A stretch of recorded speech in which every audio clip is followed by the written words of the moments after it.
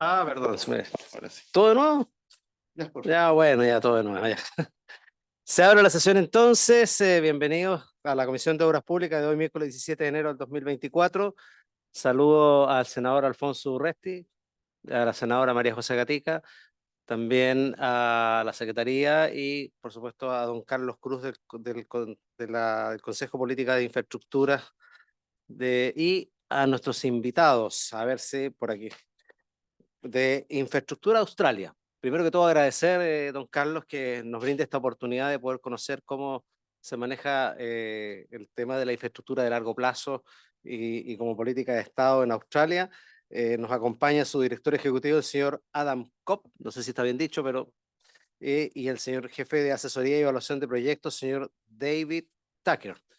Y del Consejo de Política de Infraestructura, ya lo mencionamos, don Carlos, bienvenido. A la asesora en gestión de proyectos, la señora Antonia Bordas, bienvenida, señora Antonia. Al señor gerente de estudio, don Gonzalo Pérez, bienvenido, Gonzalo. Bueno, también a los traductores e intérpretes, señora Holly Lawton, Verónica Ixinson. Y también nos acompaña en esta sesión para el punto número 2 de la tabla al presidente de COPSAS, don Leonardo Daneri. Muchas gracias por acompañarnos. Al señor vicepresidente, don Diego Beltrán. Y al señor gerente general, don Francisco Javier Soto. Bien, yo creo que cuenta, si tenemos. Sí, presidente, tenemos dos documentos en la cuenta. El primero es un oficio del Ministerio de Obras Públicas, mediante el cual da respuesta a una solicitud de esta comisión de agosto de 2023 de diseñar un sistema integrado de transporte público para las ciudades de Coquimbo y La Serena que tengan estándares de aquellos de las grandes urbes del país, considerando un tranvía y corredores de buses eléctricos. Y en segundo lugar, un correo electrónico de fecha 10 de enero de los trabajadores del contrato A421 Embalse Convento Viejo de la empresa Sañartu, reiterando que hasta la fecha no han recibido el pago de sus remuneraciones. Anhelan que la empresa mencionada no pueda participar de futuras licitaciones, dado los problemas que presenta. En relación a esta situación, se remitió oficio al Ministerio de Obras Públicas con fecha 29 de noviembre de 2023. ¿Cuál es la constructora? Sañartu, empresa No, Sañartu. no, ya, que tenemos otros problemas con otras, pensaba que eran las mismas. Bien. Presidente, me llama la atención lo de la empresa Sañartu, esa empresa, a propósito de la construcción del puente Caucao y la inspección fiscal que ellos hicieron, estuvieron suspendidos 2 años del registro de empresas de obras públicas. Yo lo que pediría es que esos antecedentes se enviaran al ministerio, me imagino que estarán informados, y poder recibir a los denunciantes. Yo creo que esto es de máxima gravedad. Empresas de esa magnitud, yo creo que buena parte de lo que ocurrió con el puente Caucao corresponde además de la negligencia del ministro de la época y de los ministros de la época, corresponde a esta empresa de asesoría e inspección fiscal, que fue suspendida 2 años, 2 años, se trabó incluso un juicio, fue demandado el ministro de Obras Públicas, pero al parecer no cumplen no aprendieron la lección. Entonces, enviar copia de eso a la propia ministra de Obras Públicas, a la ministra del Trabajo y a la Inspección del Trabajo para efectos de los registros que tienen las empresas. Y si me ayuda ahí la comisión, ver qué sucede. Nosotros tenemos algunas normas que precisamente aquellas empresas que tienen o prácticas antisindicales o prácticas antilaborales no pueden postular a contratos del Estado. Entonces, no sé a quién específicamente pedirle ese informe. Tendría que ser a la dirección del trabajo. A la Dirección del Trabajo, con la razón social Sañarto, pero me parece que, y lo digo Carlos, y estando acá los empresarios, ustedes no pueden tener asociados empresas con ese nivel de incumplimiento y con esa impunidad. No, pero son, entonces tienen patente de corso ellos, van por la libre, pero todos lo contratan y el ministerio está permanentemente en el ministerio. Me tocó conocerlo y tengo la peor imagen de la empresa Sañartu, la peor imagen. Bueno, en la misma línea, senador, para este lunes tenemos convocado a las 17 horas a la Directora Nacional de Arquitectura para que dé cuenta de los atrasos en varios proyectos, por por la presidenta, por la senadora María José Gatica.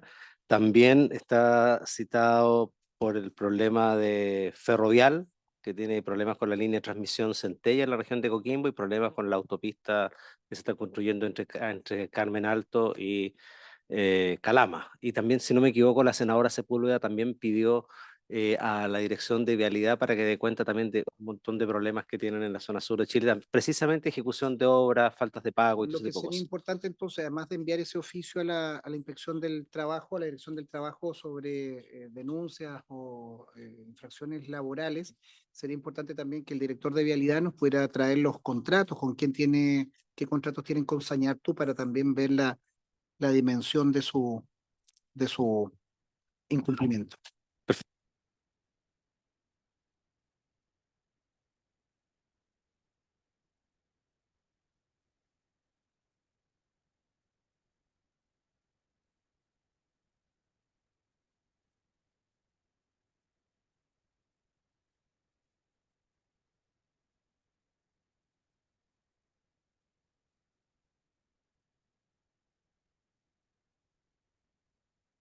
Agregar las materias relacionadas con la empresa Sañarto para que Vialidad nos traiga un reporte, y también está invitado Ferrovial para poder expresar los problemas que tenemos, y hay que invitar al senador Daniel Núñez, que es el que está en alguna medida colaborando con las pequeñas y medianas empresas que están siendo, según lo que señalan ellos, estafados por Ferrovial, según lo que señalan estas empresas.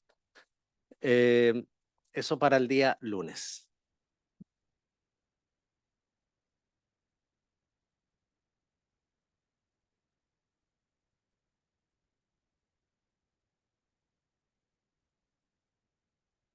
Reiterar el agradecimiento a don Carlos, al CPI, Consejo de Política de Infraestructura, que nos trae esta oportunidad de poder escuchar de cómo se maneja la infraestructura de largo plazo en Australia.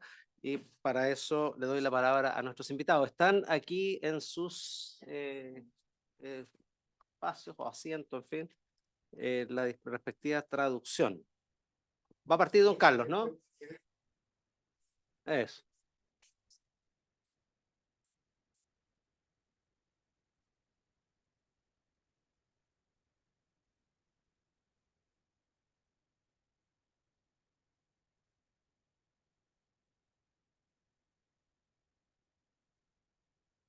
Va a partir usted, don Carlos, ¿no es cierto? Muchas gracias, presidente. Muchas gracias, senadores, por la oportunidad de continuar con esta conversación que ya tuvimos hace algún tiempo respecto de la nueva propuesta institucional que nosotros estamos formulando para pensar la infraestructura a largo plazo y buscar los métodos para lograr que efectivamente la infraestructura pueda tener permanencia en el tiempo, tal como creemos que es una necesidad que está bastante bien recogida por distintas intervenciones y personalidades. Para ese efecto, nosotros lo que comprometimos en esa ocasión fue invitar a nuestros amigos de Australia para que nos contaran cómo opera en Australia esta institucionalidad que se ocupa de la programación, de la planificación de la infraestructura con perspectiva a largo plazo. Así lo hicimos, hemos invitado al CEO de Infrastructure Australia, el encargado de evaluación, haciéndonos cargo también de algunas de las inquietudes que se plantearon en esa reunión, que tiene que ver con cómo evitar que este tipo de nuevas instituciones se transformen en más burocracia, que fue algo que la senadora Sepúlveda planteó con mucho interés. Hemos estado trabajando en esa idea y creo que el escuchar a los colegas de Infrastructure Australia permite de alguna manera entender cómo esto se debiera, digamos, cómo lo están haciendo ellos, y de ahí sacar algunas conclusiones que nos permita a nosotros avanzar de tal manera de no reproducir las malas prácticas, sino intentar aprovechar las buenas prácticas para llevar adelante esta iniciativa. Yo quiero aprovechar estos minutos para contarles de que hemos tenido reuniones de distinto tipo con los colegas australianos. Hemos hablado con el expresidente Frey, con el expresidente Piñera. Hoy día en la mañana tuvimos la oportunidad de conversar con el ministro Grau. Tenemos la grata oportunidad de conversar con ustedes ahora. En la tarde tenemos con el Ministerio de Transporte. Mañana con la subsecretaria de Hacienda y con la ministra de Obras Públicas. O sea, va a ser una turnée bastante fuerte como para poder conversar las distintas miradas que se tienen respecto de esto. Y creo que también es bien importante señalar de que ellos pidieron visita al Ministerio de Obras Públicas para entender cuál es el tratamiento que se da a la infraestructura en la zona comunidades autóctonas.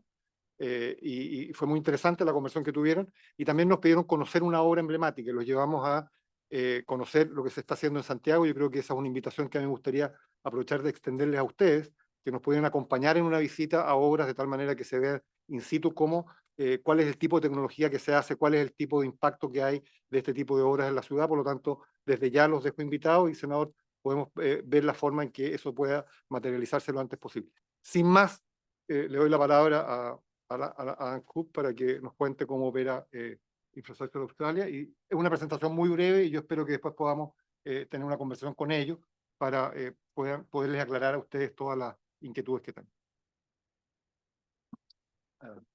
Thank you. And thank you, President and Senators, for the opportunity to address you all.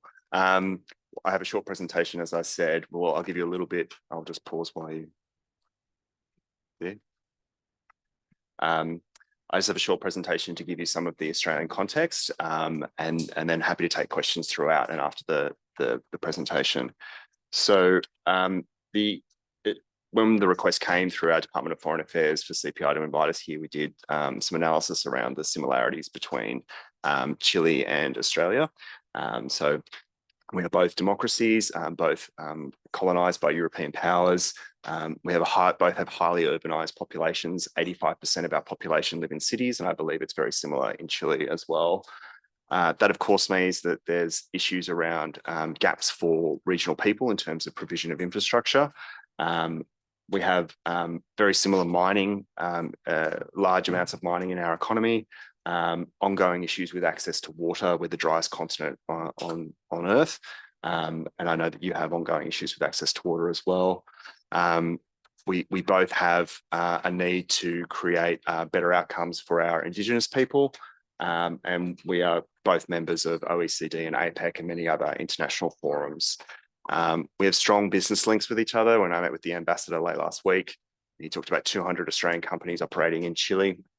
And the announcement this week of the Humboldt cable linking Santiago and Sydney, we are now literally linked as well. We'll be literally linked as well.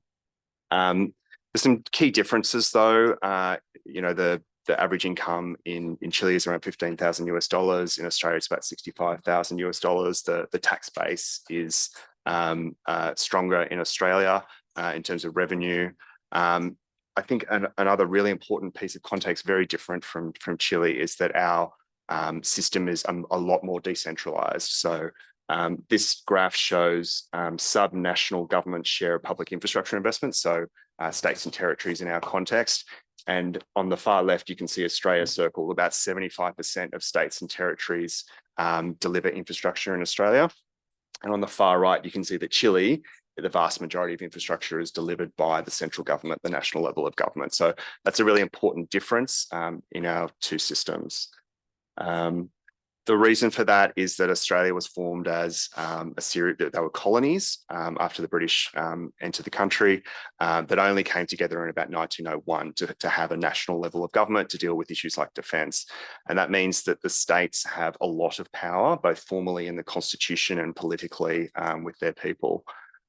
So there are some powers shared between the national level of government and the state level of government. And over time, the national level of government has influenced outcomes through the provision of funding. They have a much stronger tax base than the state level of government. So that's how national level outcomes are, including infrastructure outcomes, are really driven from the centre of government. Next slide. And another aspect of the context for Australia is that it's fair to say that the infrastructure sector is booming over the last 10 years in Australia. So over the last 10 years, it's grown from roughly 2% of GDP to around 5 or 5.5% of GDP. The graph, the bottom line on the graph is the major public infrastructure pipeline. That's anything over 100 million Australian dollars, or about 66 million US dollars. The next line, the pale blue line, shows anything below that that's delivered by the public sector. The green line is road maintenance, and then the rest at the very top is private, and that's water, energy, telecommunications, and some mining. So we have a regulated market for all of those other sectors, but transport is mostly government funded. some PPPs or concessions, but mostly government funded. So Infrastructure Australia was set up in 2008 by the then Infrastructure Minister, Anthony Albanese, who is now our Prime Minister.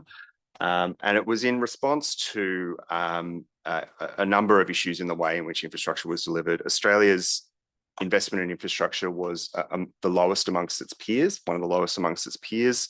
There was significant issues with lack of coordination between different levels of government, and indeed between different political parties. And industry was increasingly frustrated with projects being announced and then not followed through on, and the lack of a long-term strategic plan, and a lack of assessment of the productivity benefits of projects before decisions are made. We have had 3 major iterations or reforms over the last 15 years. When we were initially created, we oversaw the provision of a fund, the Building Australia Fund. So essentially states and territories would bid in with a business case to have access to funding. After that fund was depleted, we shifted under a new government to have a slightly different role. But the core of what we've done has remained similar throughout the years. We do strategic policy. So we do an audit into Australia's infrastructure, essentially the gaps in Australia's infrastructure. We develop a long-term plan over it's a 15-year time horizon to solve the issues identified in the audit. We also do some work around assessing the ability of the Australian infrastructure market to actually deliver on what government's ambitions are. So as I outlined earlier, the infrastructure market has really boomed, but we're starting to become a victim of our own success, and it's difficult to actually deliver on all of the infrastructure that Australia's governments want to actually deliver. What David's team does is on the project advisory side. He develops an infrastructure priority list of high quality potential investments for the Australian level of government to invest in, and also assesses a business case for any projects seeking over 250 million Australian dollars, which is about 166 million US dollars. So that's assessed and publicly published. Our independent evaluation is publicly published. Important aspect of what we do or don't do is we are not responsible for funding decisions. So we provide our advice publicly and independently, but we just provide advice, ministers decide. This is just a bit of a value chain of everything that we do. It's important to note that we've had a new left of centre government elected about 18 months ago, led by Anthony Albanese, and there's been an independent review done into our role and new legislation that was passed late last year. So there's some things that have only just been added to our role. The way in which the new government I guess sets its vision is it provides an infrastructure policy statement of what they are trying to achieve with their investment program. So before this time, the reasons for investment in infrastructure were many and varied, but what they have done is express to us what they would like to see in their investment program. And that also sends a message to the market, to the states and territories about the sorts of projects that they would like to invest in. And so the key themes are productivity, livability, and sustainability. And there's criteria underneath that explains what they're trying to do in a strategic sense. They also, the responsible minister, we're independent, but we have a responsible minister, provides us with a statement of expectations. So under our Act, the minister can't direct the content of any of our advice, our audits, plans, lists, but they can provide us with a statement of expectations that outlines the strategic expectations that they have. We respond to that with a statement of intent, and all of that is public and published on our website. So just going across the value chain, in needs assessment, we do our measurement of gaps through the Australian Infrastructure Audit. And we also have a new power to do public inquiries into matters of infrastructure importance. In strategy and planning, we also do a 15-year plan that identifies the solutions to the problems that we identified in the audit. Historically, that has largely been policy solutions, but going forward, we will also include build solutions, so projects as well, to solve those issues as they're identified. In the blue boxes, in prioritization, we publish an independent infrastructure priority list. So essentially, we work with all the states and territories for them to bring forward their proposals that they would like funded. We also propose our own proposals that align with the gaps identified in the audit. And we do an assessment of those. So of all the projects that we get sent for that priority list, generally about 30% end up on the public infrastructure priority list, and the others are not, deemed nationally significant or deemed appropriate for us. That doesn't mean that the federal government won't fund them, but it provides an independent public view of what the priorities are for the country. A new aspect of our advice with the new government is that we now provide cabinet in confidence advice. So that's advice into the budget process every year. So states and territories come forward for funding, and we provide advice before decisions are made. So before the expenditure review committee or cabinet meets. So that means that we've got an opportunity to provide advice before the decision's made, and we also provide advice later when the business case is developed and provide that publicly. And then on this brown boxes on assurance and monitoring, we develop a framework for development of business cases. So there's a consistency for all the states and territories. We do the public project evaluation, so the business case assessments. We also have a new role doing post-completion evaluations, which is where you look at the lessons learned from the project, and then the market capacity reports, which I discussed earlier. Next slide. And that's just an example of the various products that I outlined. On the far right, you can see the public business case evaluation for one of our projects, which I'm happy to go into more detail if that's of interest.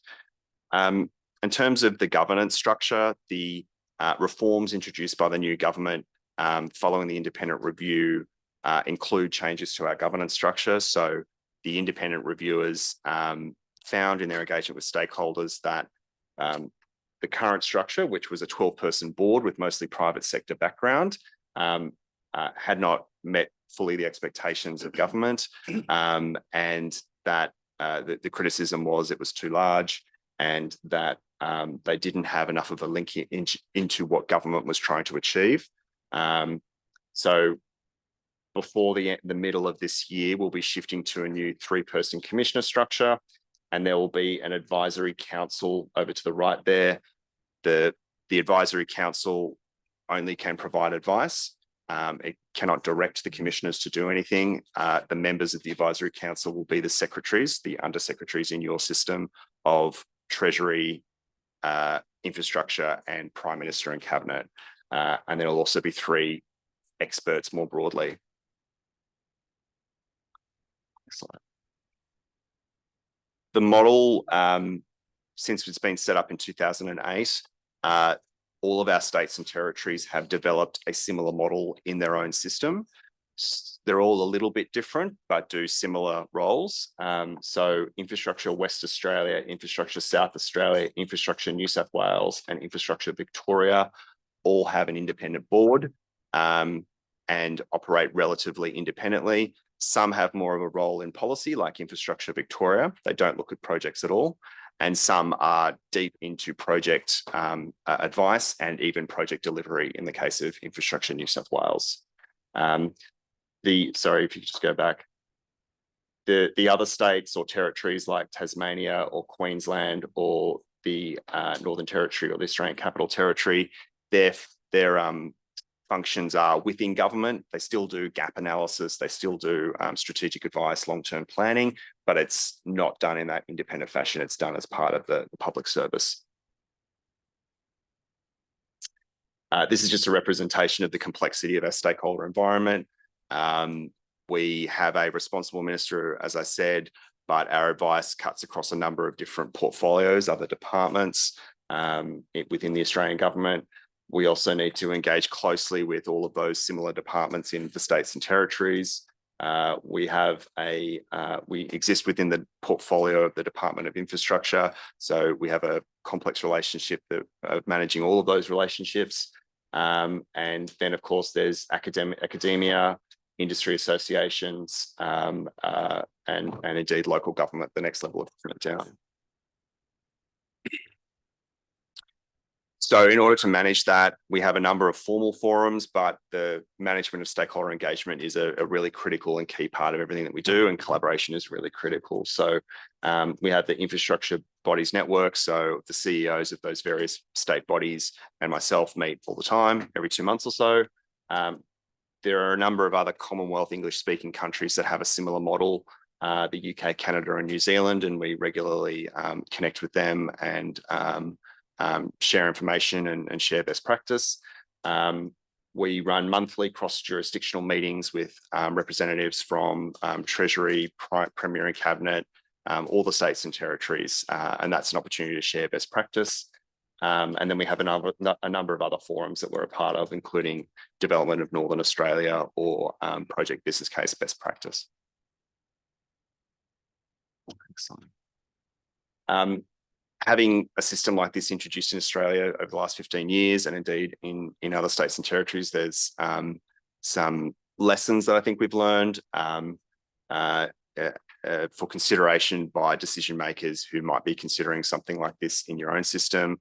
The first is to really understand the problem you're trying to solve. I think it's really important to have that really deep understanding of where the issues may be in the existing system, that a concept like what's being put forward by CPI may solve. Managing your independence and your influence as an agency has been a really critical part for all of the agencies like this. It's really important for the agency to be independent in our view, but it must be relevant to government and must be able to influence outcomes.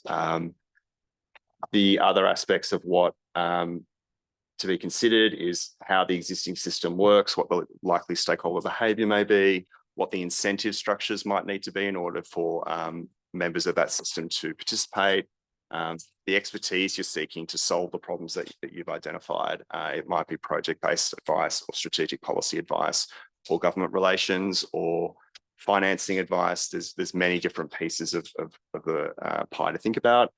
And then more on the administration side, the governance of the agency, the funding, the long-term funding, and indeed the culture of the agency to attract the best and brightest to work in it. So that's the end of my presentation. I'm really happy to take questions. Bien, muchísimas gracias, doctor Adam. Vamos entonces, con esto, Carlos, vamos a las preguntas. No hay más posición. ¿No el tiempo? Sí, perfecto. Perfecto, señor senador, señoras senadoras, consultas para Infraestructura Australia. Sí, la pregunta es a la Australia, pero también a Carlos. ¿Qué te parece la iniciativa que tenemos en Chile y en qué podemos copiar o replicar la experiencia? El espejo es una pregunta a los dos, o si no sé quién la puede contestar.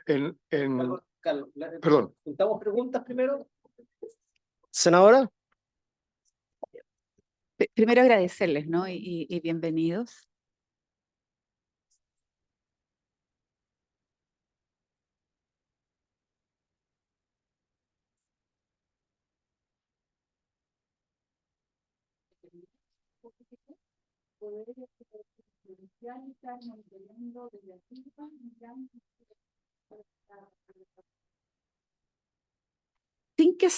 Sin que sea una estructura que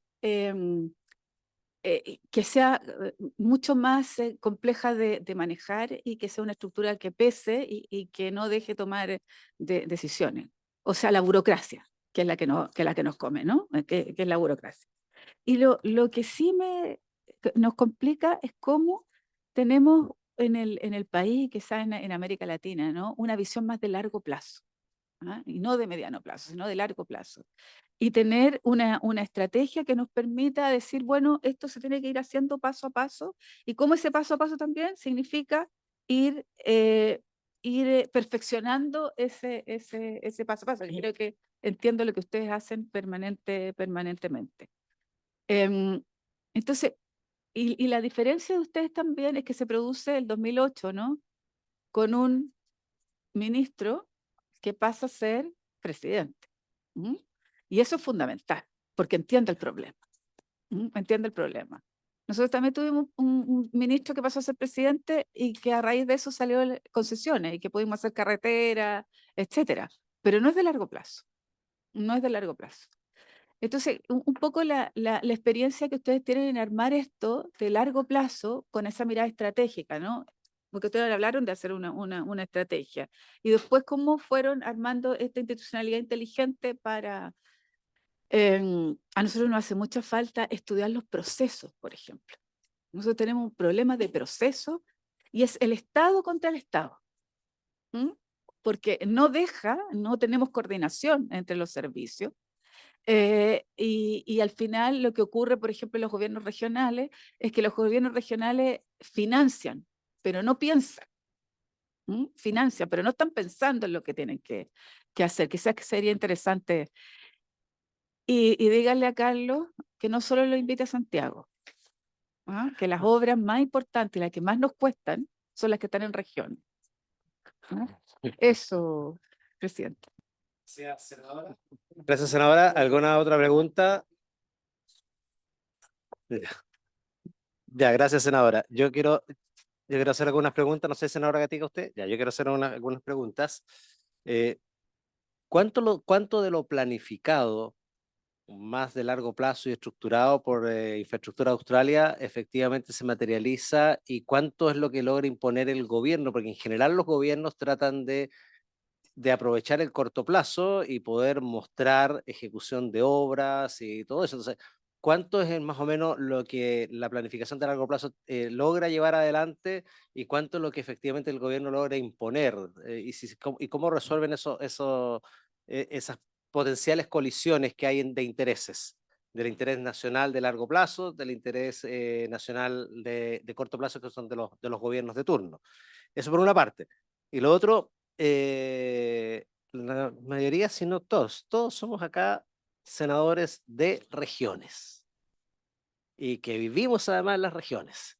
Entonces, a veces no siempre el óptimo local es el óptimo nacional. ¿Cómo resuelven esto de privilegiar el óptimo y para el bien común de todo un país versus el óptimo que es más local? A muchos de nuestras regiones nos gustaría tener muchas cosas. Yo le aseguro que las regiones mineras como la de Antofagasta quisiera tener muchísimo mejor su infraestructura que la que tienen otros lugares del país. Y además, si uno tuviera rentas regionales, lo habrían hecho hace rato ya. Pero eso no se produce. ¿Cómo logran compatibilizar esto de que muchas veces lo óptimo local no es el óptimo nacional? ¿Y cómo resuelven esas también que tienen que ver con los territorios menos poblados versus los territorios más poblados? En fin, ¿cómo resuelven esas materias? ¿Qué mecanismo de decisión objetiva tienen para ello? Thank you for the question, President. And I'll try and respond to yours at the end as well. So we published the independent, I'll just work through them. We publish the independent infrastructure priority list usually yearly, and then we track what governments do or fund through the budget every year. Roughly 75 to 80% of the projects that are relevant, so anything over $250 million of Commonwealth funding, as I said, are from our priority list. That is usually so we would have worked with the state and territory. They bring forward what their proposal is, what their ambitions are, that we then assess it, and then we'll put it on the priority list at some sort of level of development. So it might be an early stage, and then the federal government will decide what to fund. And so it's generally around 75, 80%, sometimes a little less, sometimes a little more. which I think we're broadly happy with. I think it's appropriate that ministers decide they have other things than just pure economics, for instance, to think about in terms of funding projects.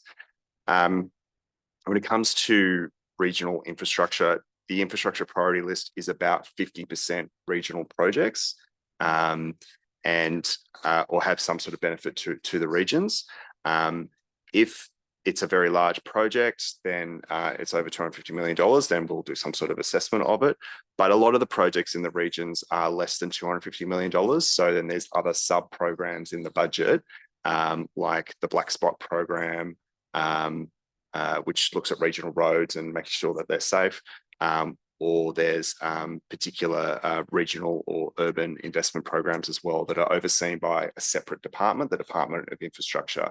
And they have different criteria. It's not the same level of scrutiny necessarily. So we look at the really large projects that Australia is thinking of building. Does that answer your question, President? Yeah. And in terms of your question, Senator, I think the important thing and what we've seen both at Infrastructure Australia and in some of the state bodies is it's very important to have political support to be taken seriously. But it's also very important that the agency works collaboratively and doesn't try and lay down the law with all of the various departments. You know, that we're only a small agency, we're about 40 people, so we have to rely on the expertise of the water department or the infrastructure department in order to do a lot of our work.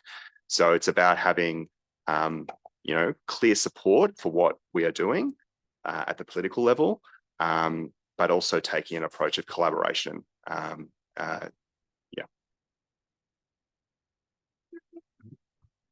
I'm not going to take the question that Mr.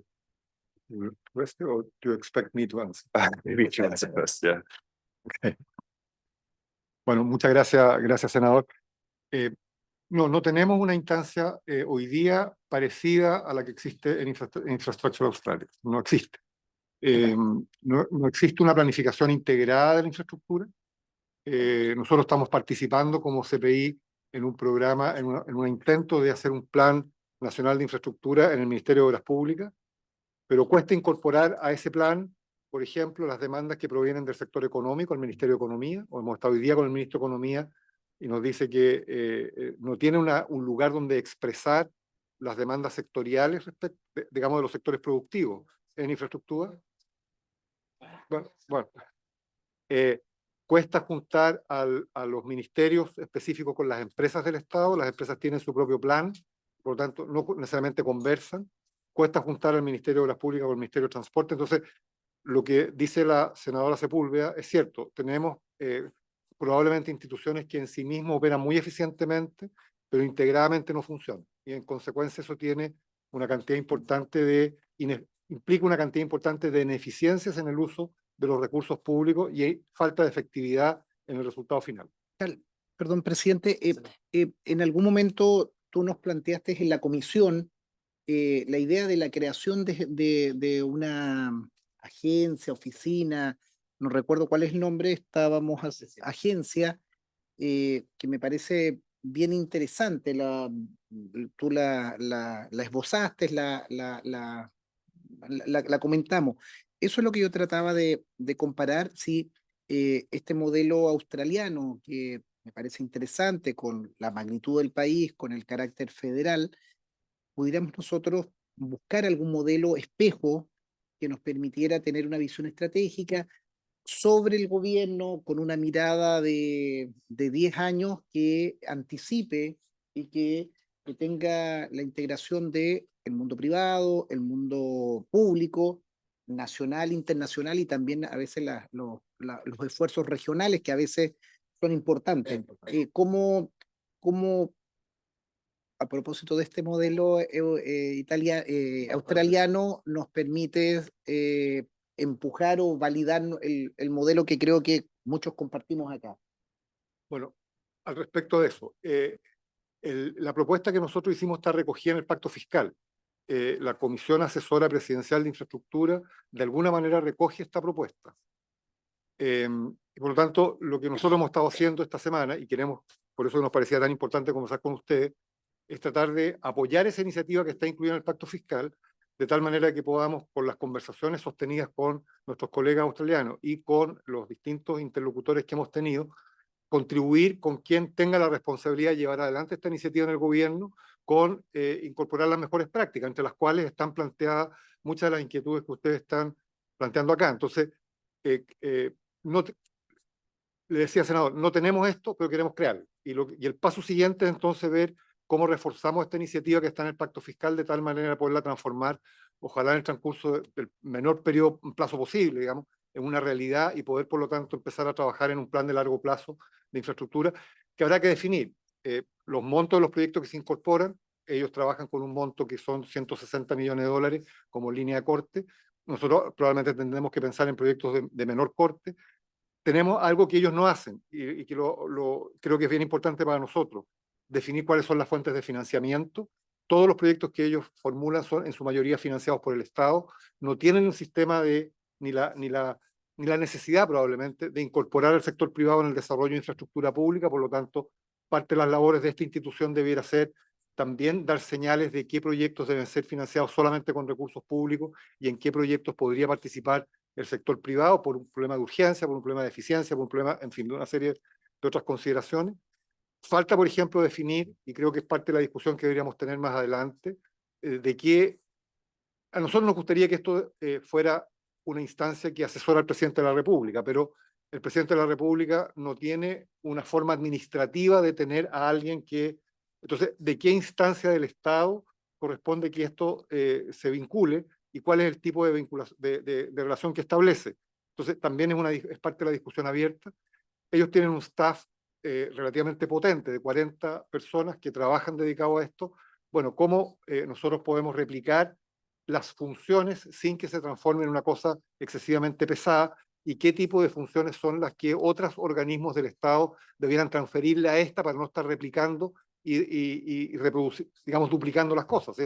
¿Cómo podemos efectivamente hacer una contribución para mejorarlo? Yo creo que nos queda todavía un camino por avanzar, pero creo que es muy importante la contribución que ellos han hecho en este periodo para poder abrir esta conversación y poder tener las reacciones de parte de los distintos interlocutores. Tenga la certeza que vamos a apoyar todo en el pacto fiscal en votaciones separadas, por supuesto, pero lo de usted, sí, de todas maneras, del CPI. Lo hacemos en votación separada nomás en el pacto fiscal. Senadora. Si la idea no es mala, es una buena idea. Si a ustedes le ha ayudado, yo creo que bien, ¿no? Y los otros países que... Si el problema es que esto empieza desde arriba, ¿no? Pero el problema nosotros lo tenemos abajo. O sea, nosotros lo tenemos en las decisiones que se toman en los ministerios, en la estructura cultural y ministerial que tenemos. ¿Mm? No solo es que no conversan, es que al interior de los ministerios la toma de decisiones, de destrabar los proyectos es el problema. Ustedes no pueden dar toda la priorización. Nosotros deberíamos construir, nuestro país es largo, ¿no? Extenso.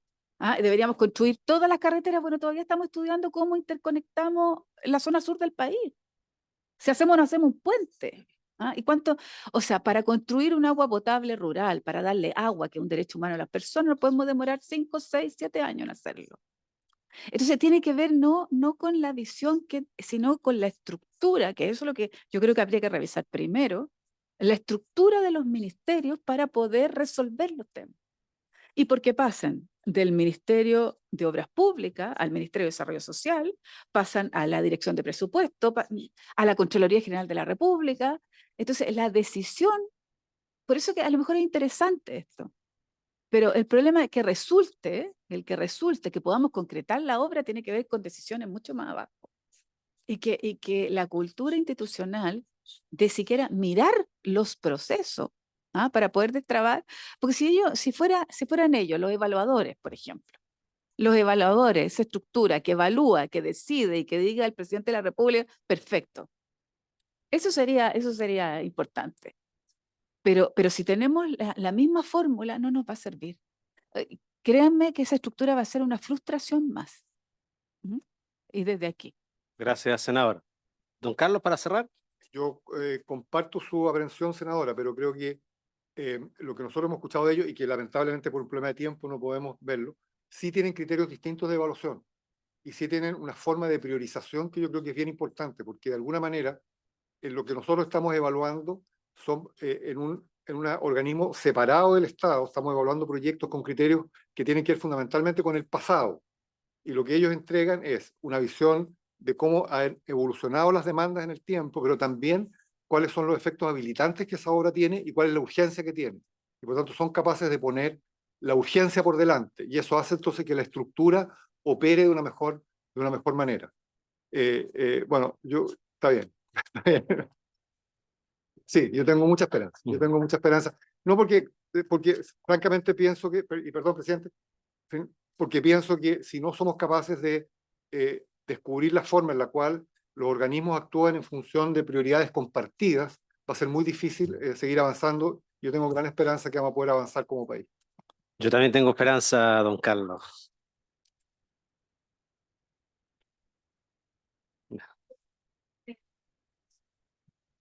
Muy bien.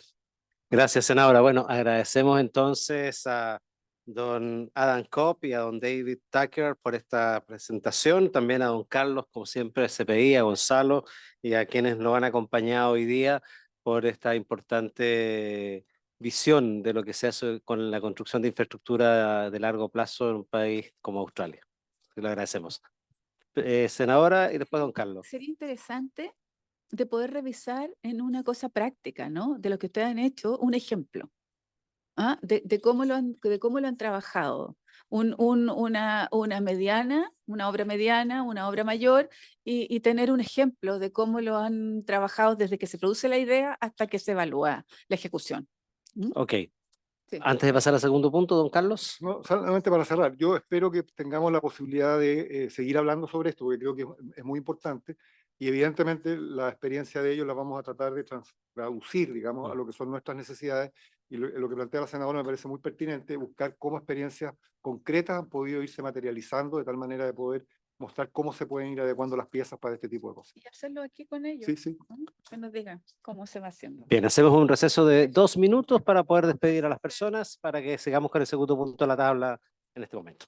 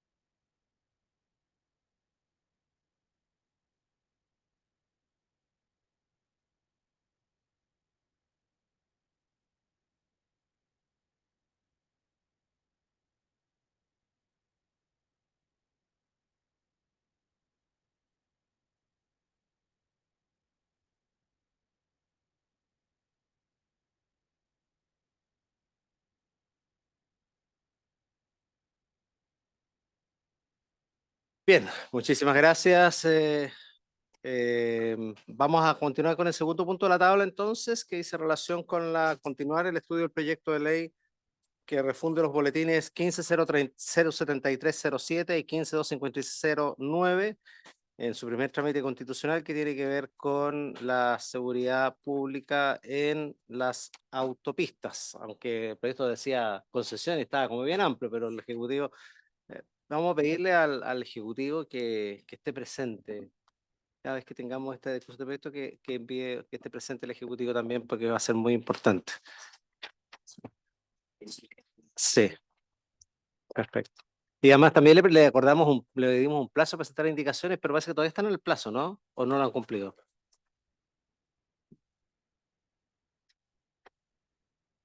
Le habíamos dado una semana y no presentaron ninguna indicación. No. Entonces, bueno, veamos cómo avanzamos en esto. Ya. Don Leonardo ya lo habíamos presentado, así es que adelante, por favor. Bueno, muchas gracias, presidente. Muchas gracias, señores senadores, por la invitación a la comisión. Me acompañan en esta oportunidad don Diego Sabino, gerente general del Grupo Costanera, Costanera Norte y varias autopistas más, y don Francisco Soto, gerente de COPSA. Yo voy a hacer una introducción muy breve, porque quiero que don Diego Sabino, que es parte de la historia de las concesiones en Chile, que más de 20 años construyó Costanera Norte, opera una autopista con 200.000 vehículos por día, que es la Costanera Norte. Entonces, como ejemplo de todos los problemas de cómo se manejan las situaciones en esa autopista, él va a hacer una presentación a continuación en que va a mostrar con imágenes cómo se maneja la seguridad en la autopista, qué es lo que sucede en seguridad en la autopista y qué herramientas tenemos nosotros y qué herramientas tiene el Estado y cómo se pueden complementar. Y como este proyecto de ley nos está pidiendo que nos hagamos cargo de ciertas cosas que están más allá de eso, queremos hacerlo con ese ejemplo. Entonces vamos a partir con una muy pequeña introducción general, Francisco, de lo que son una antes, por favor. Cierto que la COPSA somos una asociación gremial que representa muchas sociedades concesionarias, no solo de autopistas, sino que aeropuertos, cárceles, embalses, etcétera. En la alianza público-privada, que es COPSA la representante, las concesionarias aportamos con el financiamiento, la construcción, la operación y la mantención, que son definidas, priorizadas y diseñadas y licitadas por el Estado, que eso es muy importante, que es el dueño de toda la infraestructura. En esta división de roles, el Estado prioriza infraestructura según las necesidades del país, mientras que el privado pone a disposición sus capacidades ejecutivas, financieras y su experticia. Y al hacerse vía concesión la obra pública, los recursos públicos quedan disponibles para otros usos sociales que son más prioritarios. Entonces, el sistema de participación público-privada se trabaja en un Estado colaborativo. Estado y empresas que somos socios, que asumen las tareas para cual cada uno tiene las ventajas comparativas y las herramientas. Así, por ejemplo, los riesgos financieros son asumidos mayoritariamente por la parte privada, mientras que los riesgos sociales son prioritariamente materia del Estado. La seguridad pública es una materia que siempre queda bajo la gestión y riesgo del sector público, ya que son sus instituciones las que tienen el mandato y las herramientas para ello, y es el Estado, por muy buenas razones, el que tiene el monopolio de la fuerza. El cambio de la asignación de este riesgo de seguridad pública que propone la iniciativa que hoy estamos analizando afecta gravemente este principio. Que no tengamos atribuciones ni facultades en materia de orden público no significa que no estemos colaborando. Y aquí le quiero dar la palabra a don Diego Sabino, que va a mostrar con algunos datos y hechos y sobre todo un video que es muy interesante para que se vea la relevancia que tiene el tema y la importancia y los peligros que también. Ok, Por don Diego, adelante. Muchísimas gracias. Solamente para un comentario para los senadores. Uno de nuestros accionistas que tiene el 50% es un fondo de pensiones canadiense que agrupa a los empleados públicos de Canadá. Solamente para entender que estaban antes los colegas de Australia. Los canadienses también tienen inversión en Australia y son inversores globales y también tienen una mirada pública también en este tipo de inversión.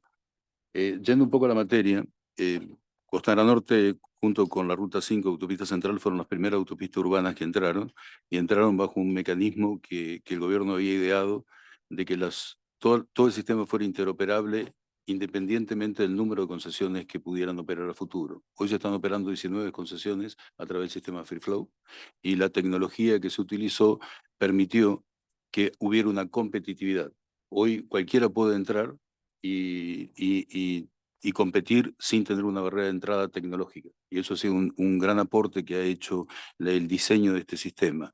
Y particularmente la importancia que tiene la información que se genera a través del cobro, del sistema de cobro, es que este siga siendo interoperable y que no ponga barrera de entrada a cualquiera que quiere competir a futuro. Entonces, muchas veces cuando se quiere mezclar temas de seguridad con temas de cobro, tiene que tener la mirada de que tienen que compatibilizarse las dos cosas. ¿Es posible compartir la información? Sí, pero compatibilizando las dos cosas. Hoy nosotros tenemos tres problemas, que son diseño, porque muchas veces levantan el tema de diseño. El diseño, cuando hacían las preguntas los senadores a los australianos, el diseño hoy está 100% localizado en el MOP. El DFL 850, que es la ley orgánica del MOP, da el monopolio de los diseños de obras públicas fiscales al Ministerio de Obras Públicas. El segundo tema es la información, que después vamos a un poco ver que por lo menos la información que nosotros tenemos después de mucho tiempo se ha logrado compartir al 100% con las policías. Y el tercer tema es la responsabilidad cuando ocurren hechos en las carreteras. En el periodo 2006-2010 nos focalizamos básicamente en el tema de seguridad de tránsito, y en donde básicamente se está aplicando desde el año 2002 el ABC, que es el sistema de accidentes multisectoriales, donde están bomberos, carabineros y ambulancia.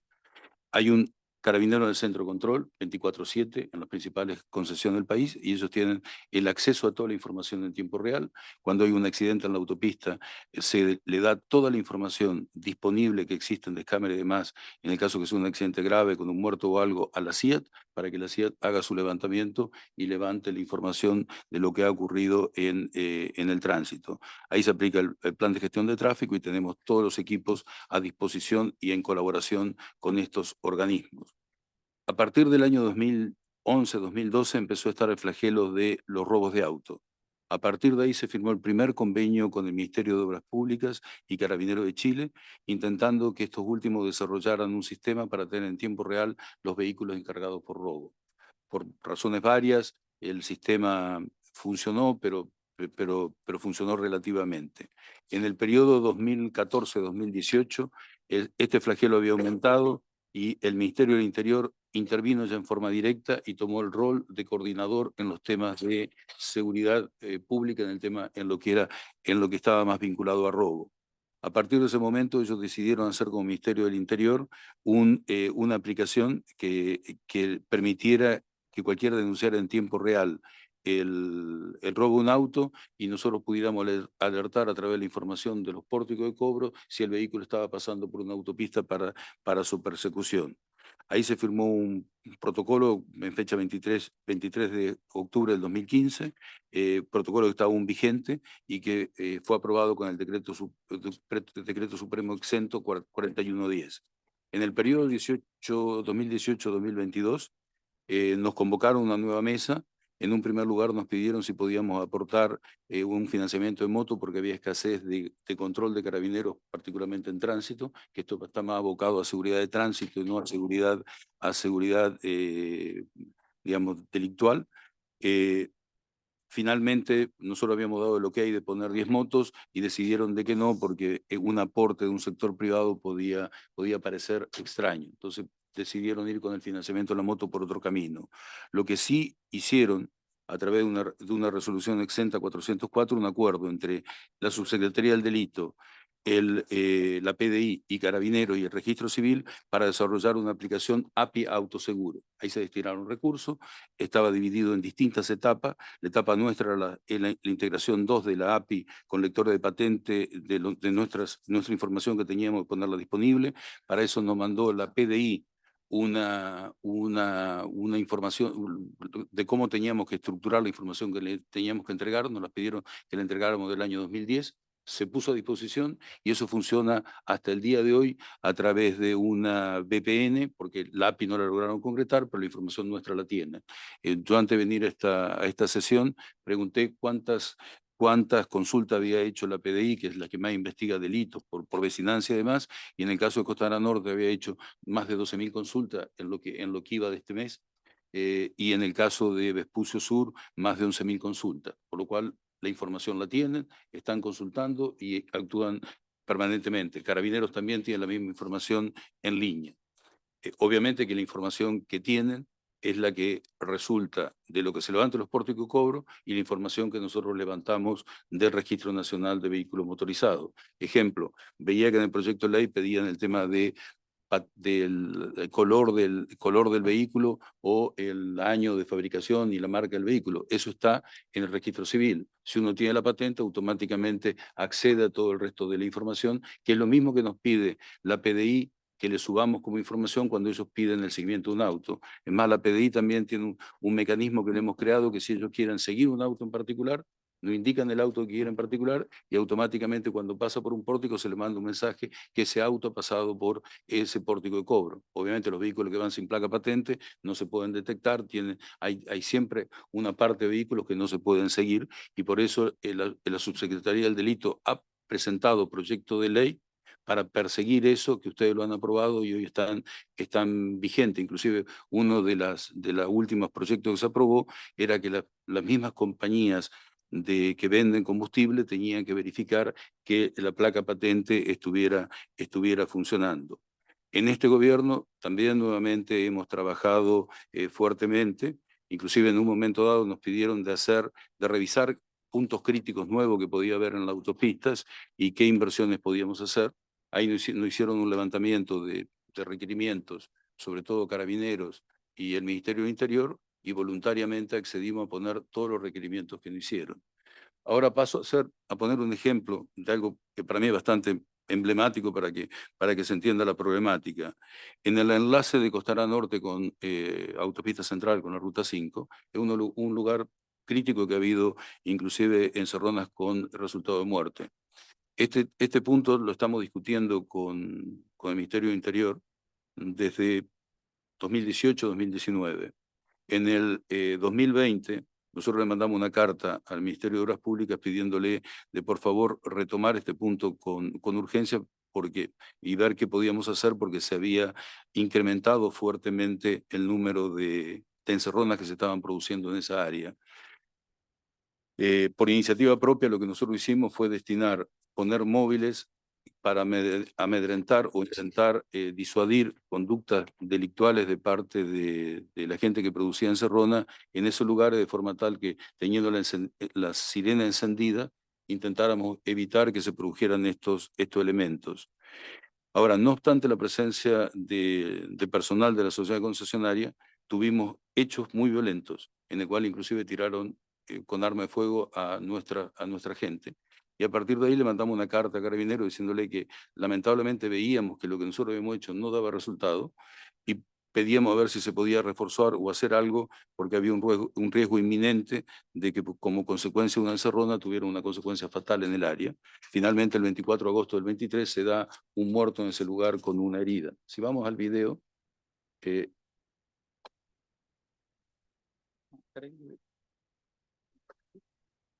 para que ustedes vean en un video lo poco que podemos hacer.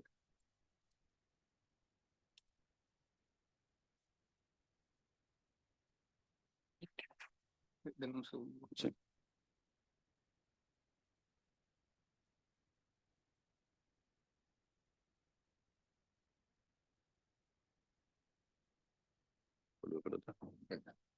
Ahí está. ¿Tiene audio? Sí, sí, vamos. Pero vamos a abrir el audio de acá desde el computador.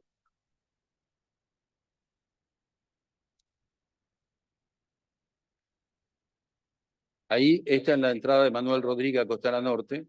Ahí teníamos arriba un móvil. El móvil lo que intenta es llegar sonando las sirenas para ver si podíamos disuadir de que no aplican, de que no se concrete la encerrona. Finalmente la encerrona la hacen igual y dejan a la persona al lugar. Acá es el lugar donde ocurrió el muerto. Un intento de encerrona porque teníamos un vehículo parado y lo que puede hacer nuestro guardia es correr intentando ver si puede hacer disuadir a los delincuentes de la encerrona. En este punto, cuando ya habíamos tenido que nos habían tirado balazos, se produjo esta encerrona que es el muerto que mencionaba antes. Bajan, ya habían matado a otra persona y acá le están robando el auto al segundo vehículo. Nosotros llegamos ahí a los 2 minutos, van a ver llegar nuestro móvil, y eso es lo que...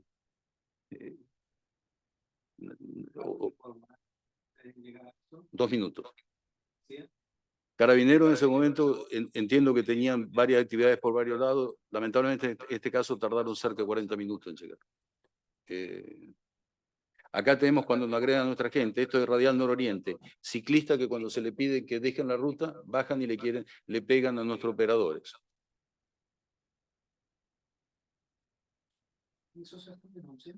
Hacemos denuncia. Hemos detenido en el último año con nuestro guardia de seguridad más de 100 personas como detenciones ciudadanas. Acá tiene el caso que se juntan tres problemas. La persona no está robando infraestructura vial, roba un tensor, corre la ruta, por lo cual alguien lo podría atropellar, deja una infraestructura en malas condiciones de seguridad vial porque ha debilitado la barrera, y lo que nosotros hacemos ahí, podemos llegar con nuestros móviles, y esto es lo que hacemos, esto es lo que le comentaba, que hacemos una detención ciudadana. Acá hay otra persona que está robando, lo ven por las cámaras, también roba infraestructura vial. Se roban normalmente tensores de la barrera de seguridad para venderlo como fierro. O en este caso está sacando maderas.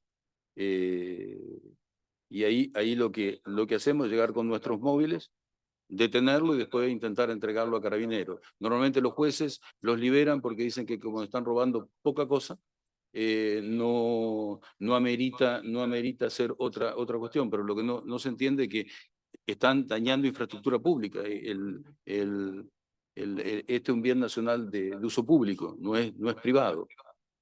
Ahí llegan nuestros móviles. Toda esta seguridad no tiene nada que ver con lo contractual.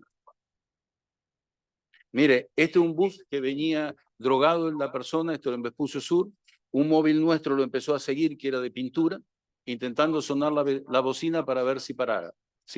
La persona estaba con drogas, conduciendo con drogas. En el caso que esta persona chocara con alguien, con el proyecto de ley que están haciendo, nos dirían que nosotros somos culpables porque deberíamos haber hecho todo para evitar esto. Más que seguirlo, más que esto no podemos hacer.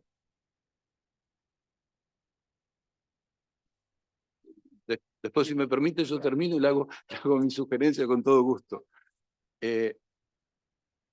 Aquí, miren, nuestra gente dice, yo estoy cagado de susto cuando se tiene que bajar a decirlo porque no sabe con qué se va a encontrar. No sabe si se va a encontrar con alguien que está armado, que está... ¿Cuál es la situación que tiene? Aquí... Perdón, no sigue todavía.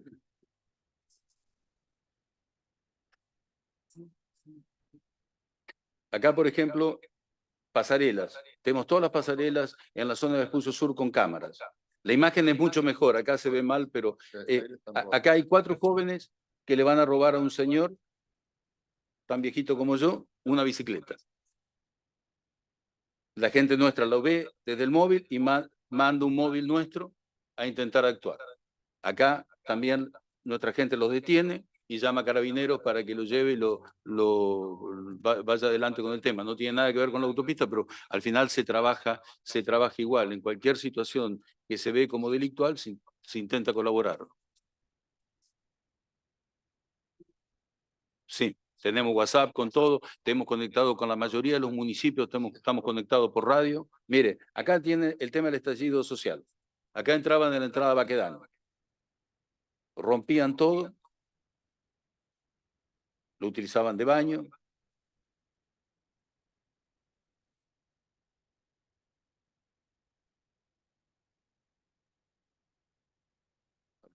Rompiendo acá le dijimos al ministerio, hicimos una propuesta al ministerio de hacer un portón y poder cerrar. Como uno tiene que tener disponible todo, nos tocó la negociación con el MOB, que finalmente nos autorizó a poner un portón para poder cerrar esa entrada, para evitar riesgo a los usuarios. Ahora van a ver, ahí pusimos un portón, que lo instalamos para eso, que todavía está instalado, si pasan por ahí está puesto, que en el caso de una emergencia o algo, mandamos nuestros móviles de seguridad y lo cerramos para evitar el acceso. Es un portón súper reforzado que necesitamos muchos viejos para que lo corran, porque es bien pesado para evitar que lo vandalizaran en el periodo de octubre del año 18. Ahí está el portón cerrado como medida de seguridad. El otro tema que nosotros tenemos como flagelo, que lo tenemos de siempre, que son carreras clandestinas, gente que va a una velocidad más alta, carga que se pierde en la autopista, y ahí cuando se pierde esa carga, esa persona ni siquiera la podemos multar, independientemente que las estemos identificadas, con patente, con todo, y quedan impunes porque hoy hay vacíos legales que no se pueden perseguir a las personas que cometen ese tipo de infracciones. Ahora, respecto al proyecto como resumen, lo que nosotros decimos que no podemos asumir una obligación de seguridad pública porque no es nuestro rol ni nos corresponde. Ahora, colaborar, intentar ver cómo mejorar esas políticas públicas, trabajando junto con la academia, el Estado, felices de colaborar, pero más de lo que estamos haciendo, y por eso le queríamos mostrar un poco lo que nos ocurre, no tenemos mucho que hacer. Puede ser que tengamos la culpa de no difundir esto públicamente, pero para nosotros poner imágenes de este tipo, lo único que podemos generar es miedo en la ciudadanía cuando a nosotros no nos corresponde entrar en estos temas. Sí colaborar, como hemos colaborado con todos los gobiernos de turno de cualquier color político, para intentar hacer todo lo que esté a nuestro alcance para mejorar la seguridad pública. Muchas gracias, don Diego. Senador, ¿preguntas?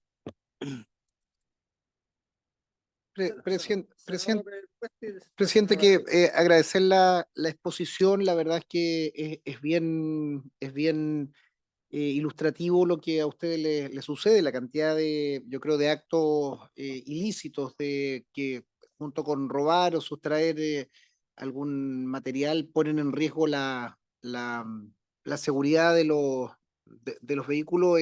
Hay una mezcla ahí bien complicada, incluso al tratar de detener a alguien, ustedes pueden provocar ustedes mismos un accidente a quienes circulan normalmente. Yo recojo la inquietud, presidente, que creo que es importante que nuestra legislación, nuestro proyecto de ley mire esta alternativa. Hago la pregunta por el Ministerio Público, yo soy integrante de la Comisión de Constitución y creo que en este país lo que a nosotros nos falta mucho es mayor relación, mayor vinculación de los distintos servicios. Ustedes detienen a alguien, lo ponen a disposición, esa persona queda libre, entonces es un efecto, no tiene un efecto disuasivo. Y en los propios guardias dicen, ¿para qué vamos a detener a alguien si lo van a poner en libertad? Y al Ministerio Público seguramente lo llama y le toca a un fiscal cualquiera y ese fiscal dice, ya, bueno, ¿me entiendes? Creo que nosotros deberíamos colaborar, presidente, con la ayuda de la experiencia de ustedes, en buscar un sistema. Nosotros queremos que no se cometan delitos ahí, que sea grave cometer un delito ahí, que la persona que lo hace no solo es un hurto o es un robo en lugar no habitado, con menor penalidad que otro, sino que también elevar la gravedad. Yo creo que afectar la infraestructura vial de alta velocidad o de alta circulación debería tener elementos particulares en la investigación porque pones en riesgo, estás robando, estás alterando la seguridad de esa infraestructura que tiene una importancia para el Estado, para el usuario, pero también pones en riesgo a quienes circulan en vehículos.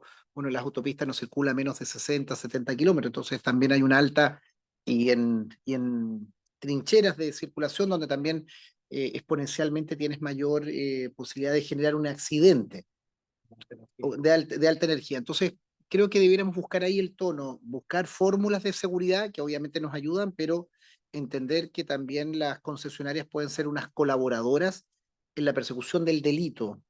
Ese es el objetivo, no solo situarnos en el delito propiamente tal, tú con esta legislación no vamos a impedir el delito, sino que existe una sanción y que también las propias empresas que tienen ya una mirada puedan ser mayores colaboradores o socios que interactúen con el Ministerio Público, con Carabineros, con otras instituciones. Pero me parece bien interesante y agradecerles ahí que nos dejen material y también que nos ayuden en algunas propuestas que jurídicamente pueda tener una buena legislación, que no sea solo algo retórico de subir las penas o establecer un indicativo de esa naturaleza. Tiene el valor la senadora Gatica. Gracias, presidente. No, yo creo que esto es súper importante, tener todas las partes sentadas en esta mesa, sobre todo para poder avanzar con este proyecto de ley y aquí dejar claro en realidad para los representantes de la concesionaria, de que hoy día se está trabajando en el marco de refundir, en este caso, dos proyectos de ley. A mí me tocó suscribir uno de ellos y que tiene relación con poder acortar los procesos administrativos para cada modificación en infraestructura que vaya enfocada en poder tener más herramientas en seguridad para las rutas que hoy día son concesionadas. Y específicamente, ¿por qué es que levantamos este proyecto? Porque en la región de Los Ríos han ocurrido casos puntuales, compromisos de este gobierno relacionados con poder instalar cámaras de seguridad en la Ruta 5 y que estos no se han podido ejecutar o se están empezando recién a implementar después de un periodo de 2 años. Entonces, ¿qué es lo que a nosotros nos motivó sacar adelante este proyecto? Es poder acortar los procesos. Pero por otro lado, aquí no podemos dejar de tener en cuenta que hoy día la seguridad pública es responsabilidad del Estado de Chile. Gobierne quien gobierne, es responsabilidad del Estado. No podemos atribuirle responsabilidad a un particular, siendo que el Estado es el que tiene que ser el órgano garante de entregarle orden y seguridad a nuestro país. Y creo que ese es el foco que también aquí se ha querido plantear, en este caso, desde los representantes que están sentados aquí en esta mesa. Y yo creo que ahí también tenemos que colocar, ojo, presidente. Por otro lado, recojo los vacíos legales que acaban de mencionar. Creo que es un tema que tenemos que abordar y hoy día estamos en el momento como para poder recoger esas inquietudes que ustedes nos pueden seguir transmitiendo, ¿cierto? Y de esas inquietudes, desde el panorama que ustedes tienen hoy día, poder generar una instancia para poder utilizar y llenar esos vacíos legales. Eso, presidente, gracias. Por 5 minutos para poder. Quisiera hacerles en cuanto al proyecto de ley, y usted mencionó algo en su presentación, señor Sabino, y que dice relación con el asumir responsabilidades más allá de las capacidades que ustedes tienen. Y eso me gustaría que pudiera especificar un poco más en detalle eso respecto al mismo proyecto de ley, porque un poco lo que nosotros queremos, estamos recogiendo la opinión de todos los actores. Me gustaría saber qué es lo que ustedes creen que este proyecto de ley no calza con las posibilidades que ustedes tienen como responsabilidades contractuales o en fin, o de sentido común, fundamentalmente. Presidente, básicamente el tema más crítico es prevenir todo tipo de riesgo. La prevención de todo riesgo, de todo tipo de riesgo con las imágenes que ustedes vieron es imposible. No solo para nosotros, sino también para las mismas policías. Cuando dicen entregar el servicio en condiciones de seguridad para el usuario, previniendo riesgos de todo tipo y adoptando todas las medidas de vigilancia, seguridad y asistencia necesaria para el resguardo del usuario y sus bienes. ¿Cómo lo hacemos eso? Cuando ustedes ven la imagen, es decir, la persona que está robando algo, si lo atropella a alguien, uno puede intentar verlo por las cámaras que lo ve, mandar un móvil para intentar impedir, pero más que eso no puedo hacer. Si viene un auto y lo choca a esa persona que ustedes vieron que había robado un tensor, porque uno tiene un tiempo material, entre que sale el móvil y llega, tiene un tiempo material para llegar. Nosotros normalmente estamos llegando a toda la incidencia por debajo de los 10 minutos. Es el tiempo que estamos tardando en llegar a cualquier tipo de incidente que se da. Pero en el interregno que ocurre o que uno lo detecta y llega, puede ocurrir cualquier cosa. Cuando bajan 4 personas armadas a robar a alguien, si lo matan, me van a decir que una concesionaria tenía que prevenir el riesgo de que a esa persona la pudiera matar en el lugar y nos pueden llegar a acusar penalmente que tenemos una responsabilidad porque mataron a una persona en la autopista, en la imagen que ustedes vieron. ¿Cómo hacemos contra eso? Es decir, a mí, obviamente, si es un riesgo, puede ser que alguien lo quiera asumir. Responsablemente mi grupo no puede participar más en una licitación porque es un riesgo que no podemos asumir. Va más allá, porque puede llegar a tener un carácter penal para nuestra gente también. Hoy, y lo dijo el senador Urresti, que comparto con él, que cuando nuestra gente actúa, cuando la persona baja con un palo y la matan, que nosotros dijimos, mire, usted no haga más eso, suene su sirena, pero usted no puede bajarse solamente con un palo e intentar amedrentar a alguien para que no haga una encerrona. Está fuera de nuestro alcance eso y fuera del alcance de un trabajador. La gente nuestra que persiguió a ese bus que iba con una persona drogada, cuando uno escucha muchas veces que hacen las críticas destempladas, parecería que nosotros tenemos que parar ese bus. Hubiéramos tenido una obligación de hacerlo. ¿Cómo lo hacemos? ¿Cómo hace nuestra gente? ¿Hasta dónde uno puede arriesgar a su personal que tome acciones que son temerarias? Gatica. Presidente, yo insisto, agradezco la forma gráfica que ustedes lo explican y me hace sentido. Y me hace doble sentido que estas iniciativas, por eso nosotros muchas veces insistimos que pasen por Constitución, porque, claro, es fácil, se responsabiliza a las concesionarias o a tal empresa la seguridad en la comisión de delitos.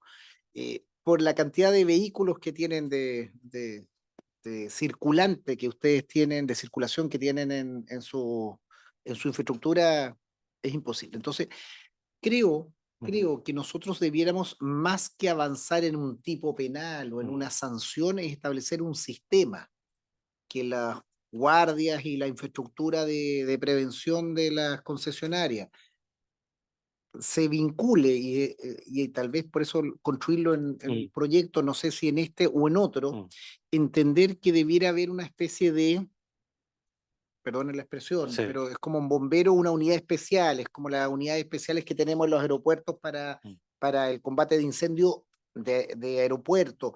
Tenemos que tener una fuerza de tarea en este tipo de concesiones que además están en todo Chile, o sea, ya no es solo la autopista tal o cual, lo dice muy bien María José, nosotros para instalar unas simples cámaras en la ruta 5, y ahí también un poquito de responsabilidad de ustedes también como concesionaria, 1 año y medio llevamos, poner cámaras que sirven para identificar a delitos, comisión de delitos, y también les podrían aportar datos a ustedes para quien evade o quien está haciendo una situación. Entonces, entender que tenemos que añadirle a las concesionarias que son importantes, están en importantes lugares y tienen una alta circulación de usuarios, administran un bien nacional de uso público, en definitiva, es entregarle otros elementos en la dimensión del delito. La cantidad de robos, la cantidad de homicidios, la cantidad de abigeatos y una serie de ilícitos que se cometen en sus franjas de concesión son enormes. Entonces yo creo que no solo nos tenemos que restringir al portonazo, eso es quizás lo más. Mire, a mí me encantaría que la Ruta 5, hablando que nos atraviesa todas nuestras regiones, uno tuviera en línea, independiente de la concesionaria, y sea en Senco o en alguna unidad, decir, mire, esto pasa. Este camión que partió en Coquimbo está transportando algo ilícito a Puerto Montt o a Concepción. Saberlo y que esa información no sea un elemento para almacenarlo en la empresa, en las concesionarias, sino que sea un elemento de análisis de foco criminal del Ministerio Público y de persecución por los órganos. Yo creo que ahí tenemos que dar el tono, presidente, que nos permita tener la infraestructura y la tecnología para detectar, pero mayor rapidez. A mí sí, me pongo, perdona, solo en los pantalones de esos guardias que van a detener a alguien que está robando o que están asaltando ahí a un vecino. Ese tipo no está preparado. No obstante que nosotros tenemos una ley de guardia, no sé en qué categoría los tienen ustedes, si son guardias privados, pero lo estás tirando a los leones y puede terminar muerto o puede terminar en una detención ilegal. Entonces, yo creo que me hace mucho sentido y que entendámoslo armónicamente y no solo con decrétase la prohibición o la obligación de ustedes de medidas de seguridad. Eso es nada. Es inconducente. Busquémosle una fórmula que nos permita, demorémonos, pero un poquito más.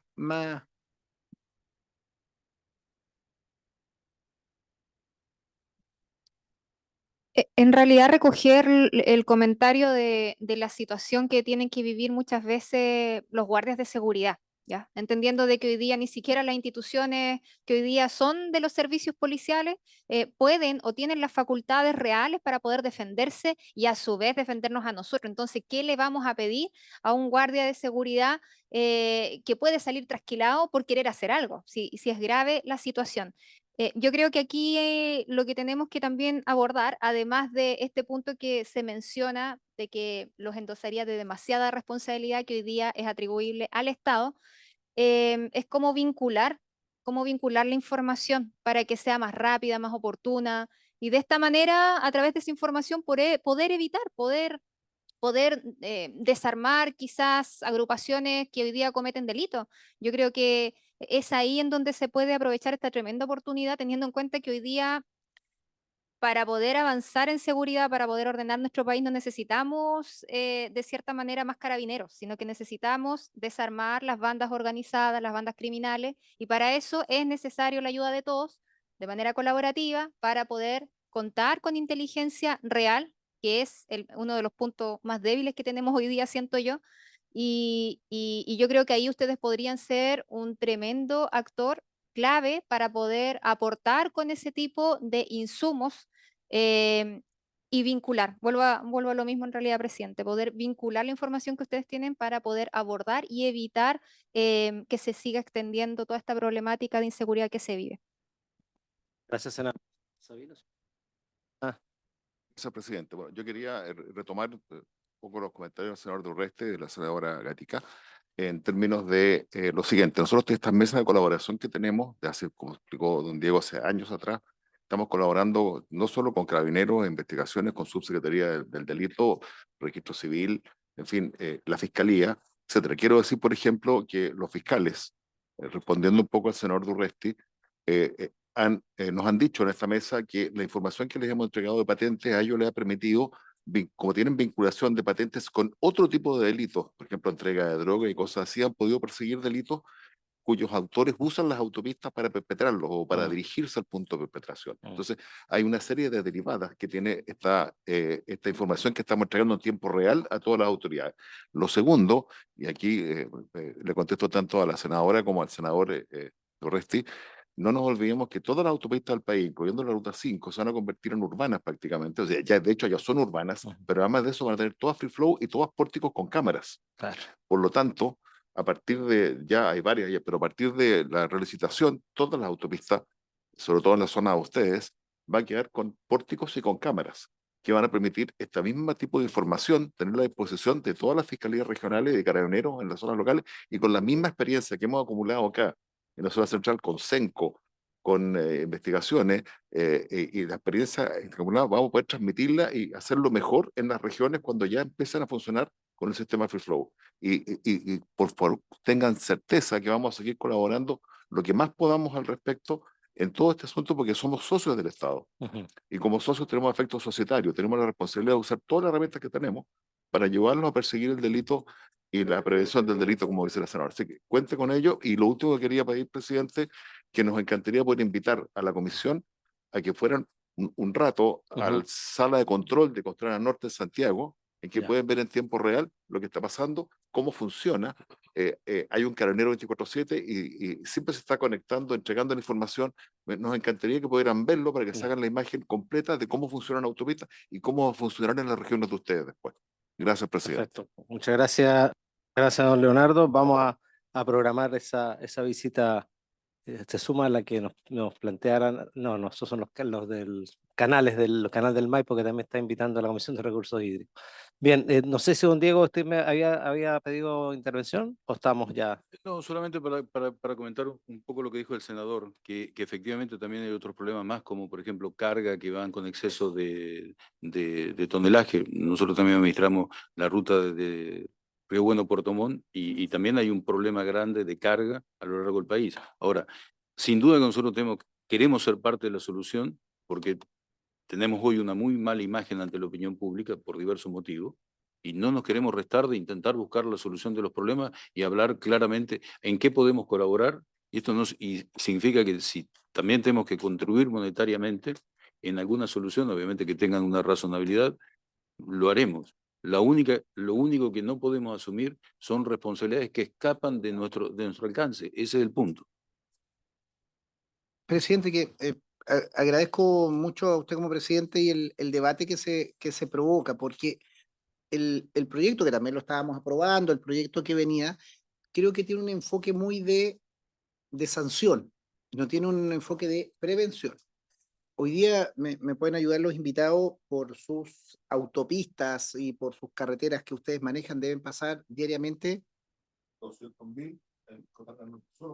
Ya, pero si uno ve todas las concesionarias deben ser...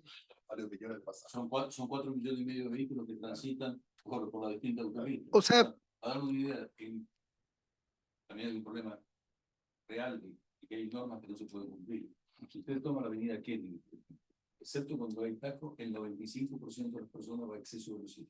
claro, pero que ahí hago un debate en lo siguiente, y perdona que haga una referencia de Constitución que nos toca ver. Creo que Carabineros es una institución tremendamente importante en Chile, tremendamente relevante, pero sus divisiones, departamentos, unidades obedecen a tiempos pretéritos. Todos conocemos las unidades de carretera, las tenencias de carretera de Carabineros. Las tenencias de carretera hoy día principalmente hacen pistoletazo para exceso de velocidad, y cuando hay algún choque llegan Hoy día las carreteras concesionadas hay menos choques, porque son doble vía y tienen mejores normas de seguridad, y su función no está directamente vinculada, yo creo, a la comisión de este delito que es de baja entidad, pero que es un hormigueo. El robo de señalética que te termina generando un delito, la incorporación de animales o que también genera, o el robo, no sé, desde una señal, una batería, una defensa que te va generando un problema. Entonces, creo que debiéramos aprovechar, presidente, este debate para entender que las concesionarias son una realidad en todo Chile, hay por lo menos un par de millones de circulaciones diarias y debiéramos tener ahí también un trabajo a ayudarle a Carabineros a adaptarse. Yo creo, me viene a la cabeza, que las tenencias de carretera son analógicas respecto las, de las autopistas en carretera, en ruta 5, las rutas grandes, y también en cierta medida en rutas, autopistas urbanas. Entonces, ahí debiéramos buscar tal vez una fórmula distinta. Yo creo que hasta bomberos no tiene una aproximación directa. Es distinto ir a rescatar un vehículo, los que son bomberos, a, no sé, a Calle Los Leones o Calle Providencia, a meterse con un equipo de rescate de bomberos al túnel de ahí, ¿cómo se llama? Las autopistas. Entonces, debiéramos darnos el tiempo, ya que la comisión tenemos una buena capacidad de entendernos, de aportar en eso, que al final del día yo lo que quiero es que las autopistas sean más seguras, no me asalten, no me pueda sufrir un choque, que me ayuden al desplazamiento, que me cobren menos también, ahí también hay una responsabilidad de ustedes, que tengamos más transparencia en el tema del TAC, pero que sea un espacio donde también anticipamos o colaboramos en la persecución del delito. Un vehículo que pasa por sus pórticos, generalmente la mayoría de los delitos de quienes cometen delito en vehículo pasan por donde ustedes. Entonces, eso es un elemento a favor si lo manejamos bien, con un buen algoritmo, con un buen manejo de información y con una unidad que esté atento de esto y no, aquí dice que termino, presidente, no como ocurre generalmente, que cuando se hace la investigación, ahí ofician, revisen las cámaras de tal pórtico para ver si pasó tal o cual vehículo. Yo creo que podríamos hacerlo al revés, y cuando ustedes dicen que pueden aportar recursos, sin lugar a dudas, se puede establecer algo público-privado, que una autoridad de autopistas concesionadas, no sé, una autoridad nacional de autopistas en materia de seguridad. Y si ahí están todos los actores, creo que contribuimos. Gracias, senador. Bien, entonces agradecemos la participación de nuestros invitados y también los senadores, y por haberse cumplido sobradamente el tiempo de la sesión, esta se levanta. Muchísimas gracias. Sí. Sí, correcto. Sí.